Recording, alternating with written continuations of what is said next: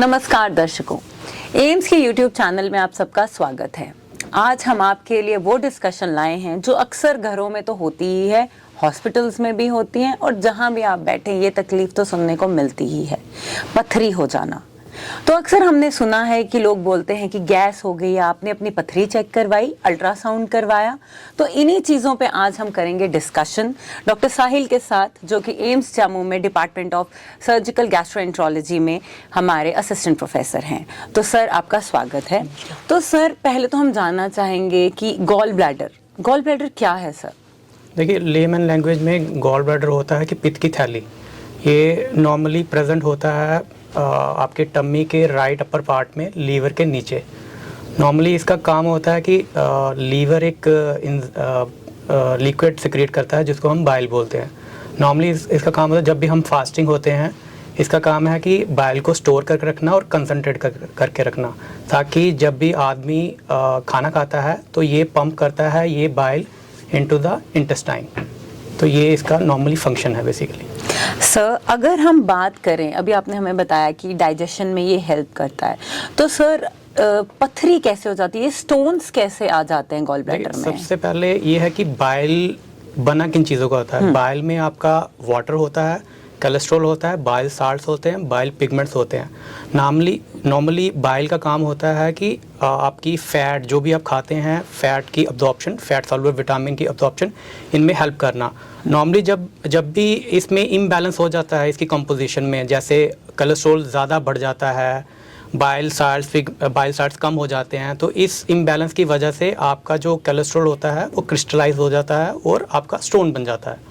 Sir, क्या क्या causes हैं या क्या रिस्क फैक्टर्स हैं जिसकी वजह से हम मोर ससेप्टेबल या प्रोन हो जाते हैं इन स्टोन्स की तरफ? देखिए, कुछ रिस्क फैक्टर्स हैं, जैसे हमारे में बोला जाता है कि fatty fertile female, mostly females में ज़्यादा चांसेस होते हैं स्टोन्स बनने के, और स्पेशली जो ओबीस पेशेंट्स हैं। नॉर्मली दो प्रकार के गॉल स्टोन्स देखे जाते हैं। 80 to 90% कोलेस्ट्रॉल स्टोन्स होते हैं जिसमें फ़ैट की मात्रा बहुत ज़्यादा होती है, तो कोलेस्ट्रॉल स्टोन्स होते हैं। दूसरे होते हैं पिगमेंटेड स्टोन। ये मोस्टली होते हैं उन पेशेंट्स हैं, लोगों में जिनमें अंडरलाइन कोई दिक्कत हो, जैसे कईयों में सिरोसिस हो, लीवर सुकड़ गया हो, और कई पेशेंट्स में हीमोग्लोबिनोपैथीज होती हैं, जैसे हेरेडिटरी स्फीरोसाइटोसिस है, सिकल सेल एनीमिया, और इनमें ज़्यादा रिस्क फैक्टर है गॉल स्टोन बनने का। और नॉर्मली जो हमारी डे टू डे एक्टिविटीज़ हैं, जैसे डे टू डे हैबिट्स हैं, जैसे पानी कम पीते हैं, फ़ैट की मात्रा ज़्यादा लेते हैं, सैचुरेटेड फैट ज़्यादा खाते हैं, फिजिकल इनएक्टिविटी ज़्यादा करते हैं, तो इन पेशेंट्स में ज़्यादा होने के रिस्क फैक्टर्स हैं। सर, ये तो हमने जाना क्या क्या रिस्क फैक्टर्स है। जैसे मैंने शुरू में कहा, अक्सर लोग एक लेमैन लैंग्वेज में कहते हैं, अच्छा तुम्हें गैस बन रही है तो गॉल स्टोन्स चेक करा लो या अल्ट्रासाउंड करा लो। तो सर, मेजर सिम्टम्स क्या हैं जिसकी वजह से एक पेशेंट को या फिर हमारे दोस्तों को जाना चाहिए आगे? देखिए, ये कुछ प्रकार से ये सिम्टम्स आ सकते हैं। जैसे एसिम्प्टोमेटिक हो सकता है। मोस्टली जो पेशेंट है कि कोई भी दिक्कत होती है, वो अल्ट्रासाउंड करवाने जाता है किसी और दिक्कत के लिए, तो उसको वो अल्ट्रासाउंड करवाता है तो उसमें गॉल स्टोन आ जाता है। तो मोस्टली ये एसिम्प्टोमेटिक, यानी कि पेशेंट को कोई भी इसकी दिक्कत नहीं होगी। दूसरा ये है कि कुछ सिम्टम्स प्रोड्यूस कर सकता है, जनरलाइज जो वेग से सिम्टम्स होते हैं, जिसको हम बोलें कि पेशेंट फैटी मील खाता है तो उसको थोड़ा सा नौशिया, मन खराब होता है, वॉमिटिंग आती है, शरीर के पेट के ऊपर वाले दाहिने हिस्से में दर्द होना, पेट का फूल जाना, डकार आना, और ये कुछ सिम्टम्स हैं। और कुछ होते हैं जो थोड़े से आगे कॉम्प्लिकेटेड फेस में जाके ये प्रेजेंट कर सकते हैं। जैसे हम बोलते हैं कि अक्यूट कोलिसिस्टाइटिस हो सकता है, जिसमें हम बोलते हैं कि गॉल ब्लैडर की सूजन हो सकती है। कई बार क्या होता है कि स्टोन आपका पित्त की थैली से आगे पित्त की नली में चला जाता है, जिसकी वजह से पेशेंट को जॉन्डिस भी हो सकता है। जॉन्डिस के साथ बुखार और कंपनी छड़ना, मतलब उसको ठंड लगना। और कई बार क्या होता है कि ये पैंक्रियास की थैली में जाके भी अटक सकता है, जिसकी वजह से उसको पैंक्रियाटाइटिस की दिक्कत आ सकती है, जिसमें उसका जो दर्द होगा पेट वाला, पेट से बैक की तरफ जा सकता है।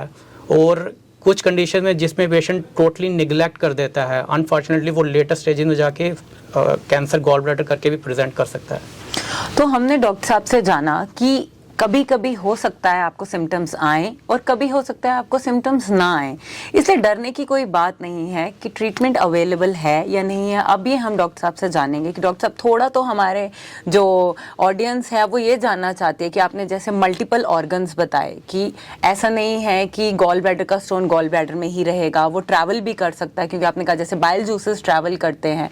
तो सर अगर ये स्टोन्स ट्रैवल करते हैं और दूसरे ऑर्गन्स को भी इफेक्ट करते हैं तो हमें पहले से ही क्या प्रिवेंशन लेना चाहिए? क्योंकि ट्रीटमेंट तो ऑब्वियसली आप बताएंगे, बट पहले ही ये स्टोन्स ना हो उसके लिए क्या क्या प्रिवेंशन लें?